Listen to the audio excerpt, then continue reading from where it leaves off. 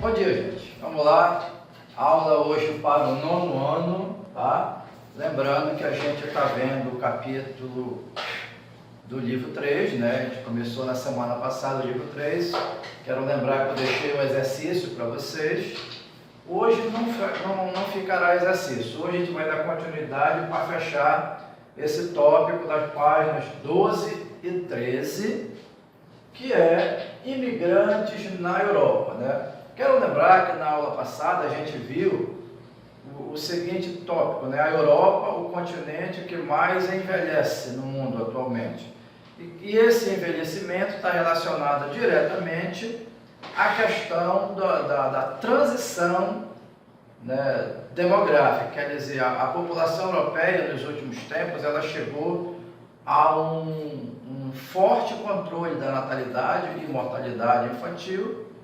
E por conta disso, a maioria da população europeia hoje ela está numa faixa de idade assim bem avançada, vamos dizer assim, né? A quantidade de europeus com mais de 50 anos é muito grande hoje para o continente europeu, e isso é resultado do controle da natalidade e mortalidade que os europeus conseguiram chegar, especialmente pós Segunda Guerra Mundial. Cheguei a falar também, né, que o Japão, que tem também um forte controle da natalidade, é o país hoje que tem mais pessoas com mais de 100 anos de idade, e só para fazer aí uma comparação, né? Então vamos lá aqui, imigrantes na Europa. Aí eu coloquei aqui, oriental para ocidental, isso aqui significa que imigrantes da Europa oriental para a Europa ocidental, depois norte da África para a Europa, América Latina para a Europa e África Negra para a Europa. Quer dizer, hoje o continente europeu é aquele que mais está recebendo imigrantes. Claro que a gente vê aí países como a Itália, a Espanha, Portugal, né? Esses países já estão chegando assim, a Alemanha, a própria França, Inglaterra, eles estão chegando no limite de não querer mais receber esses imigrantes.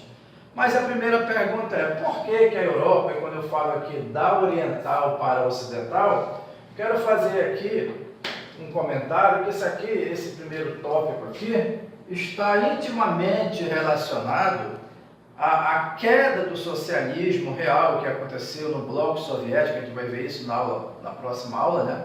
A fragmentação do bloco soviético, mas antes disso, vendo que quando houve a fragmentação do socialismo real que ocorreu da União Soviética para o Oriente Europeu, né, alguns países que entraram em transição, ou seja, vão sair do socialismo e se readaptar às regras do capitalismo. Então, nessa questão, os países da Europa Oriental, né, como a Tchecoslováquia, como aquele país que foi desintegrado, né, em 5 novos países, nós vamos ver isso na próxima aula também. Então, essas populações vão começar a migrar do Oriente Europeu para o Ocidente Europeu. Por que isso vai acontecer? Principalmente para suprir aquela carência de mão de obra especialmente barata que a Europa Ocidental estaria precisando, e devido ao forte controle da natalidade, começaria a faltar trabalhadores, começaria a faltar mão de obra relativamente barata para fazer alguns serviços dos países da Europa mais rica, da Europa mais forte economicamente, que é exatamente a Europa Ocidental, né? O segundo tópico aqui, o norte da África para a Europa. Nessa questão aqui, quando eu me refiro a norte da África, eu quero lembrar que aqueles países do continente africano que estão logo depois do mar Mediterrâneo, né? A gente sabe o limite físico que separa a Europa da África é o mar Mediterrâneo. Então, ficaria bem mais fácil, entre aspas, né? Bem mais fácil, porque eu digo assim, por exemplo, se você vai sair da América ou Latina ou Saxônica para a Europa, você tem que cruzar o Oceano Atlântico, que é bem mais difícil, é bem mais demorado, você vai precisar de uma embarcação bem mais estruturada para fazer essa navegação, cruzando o Oceano Atlântico para sair da América para chegar na Europa.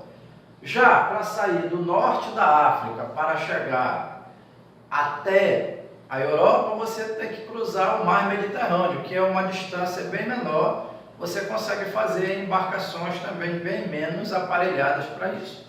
Por isso que o norte da África ficou sendo o ponto de partida. Lembrando que o norte da África é formado, né, por 5 países: Marrocos, Tunísia, o Egito,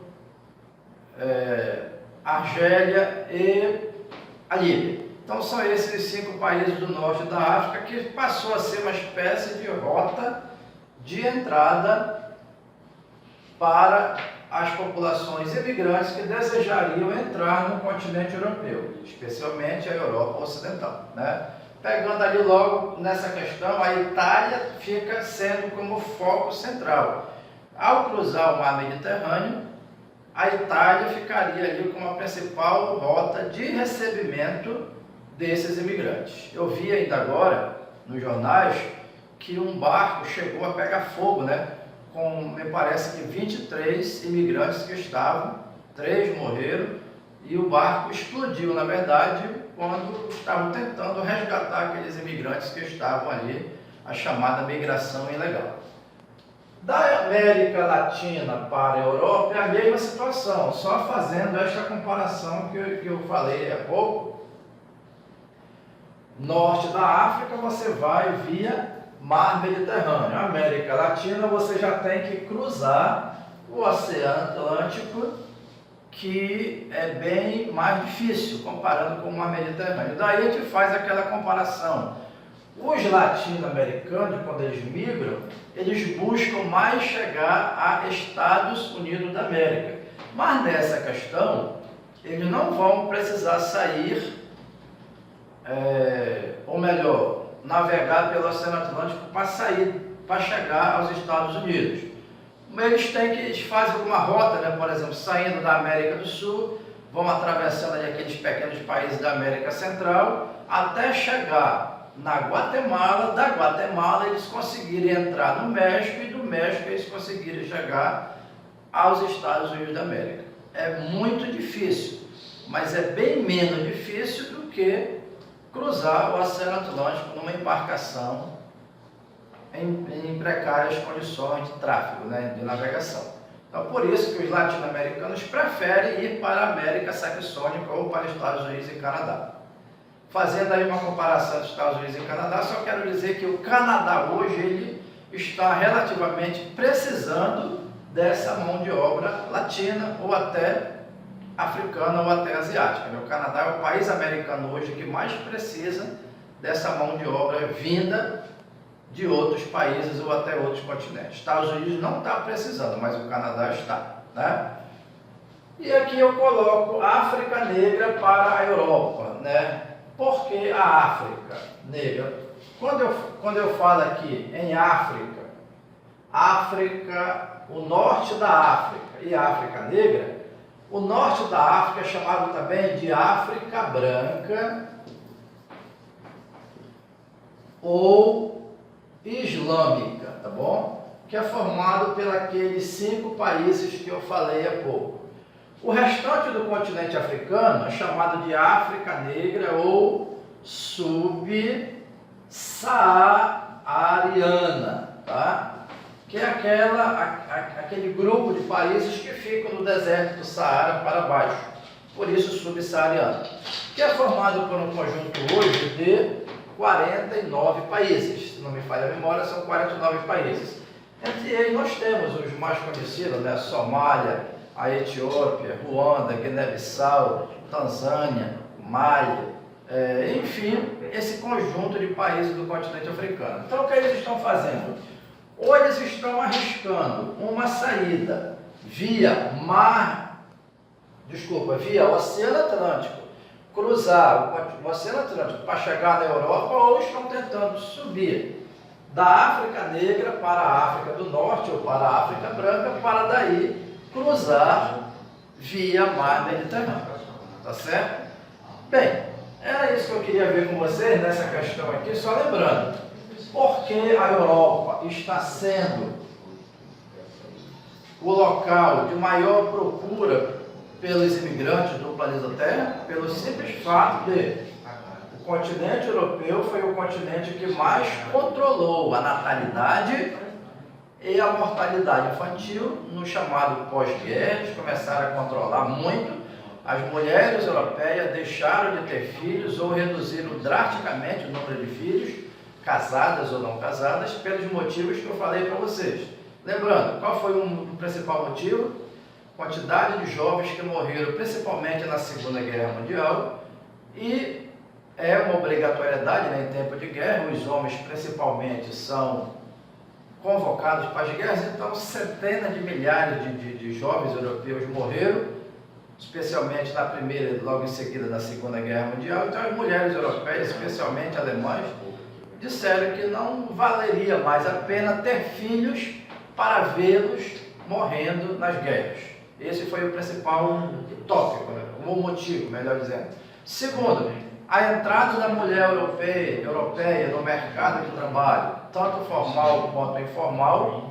A mulher passaria a trabalhar nas ruas, nas empresas, nas fábricas, nas escolas, nos hospitais, tanto quanto os homens, e isso também levaria necessariamente a mulher à redução do número de filhos, né?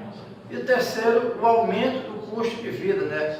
Vai haver uma expansão das escolas particulares em todo o mundo, especialmente do chamado mundo desenvolvido, entre aspas, né? E aí o custo de vida das famílias aumentaria mais do que aquilo que era há tempos atrás. Então, nesse caso, mais dinheiro, menos filhos, porque senão a renda familiar não era compatível com os custos, com os gastos para aquela família que passaria a ter um número menor de filhos por consequência disso. Então são esses tópicos aí e eu espero que vocês tenham entendido. Na nossa próxima aula nós iremos ver a fragmentação do bloco soviético. Tranquilo? Abraços e até a próxima.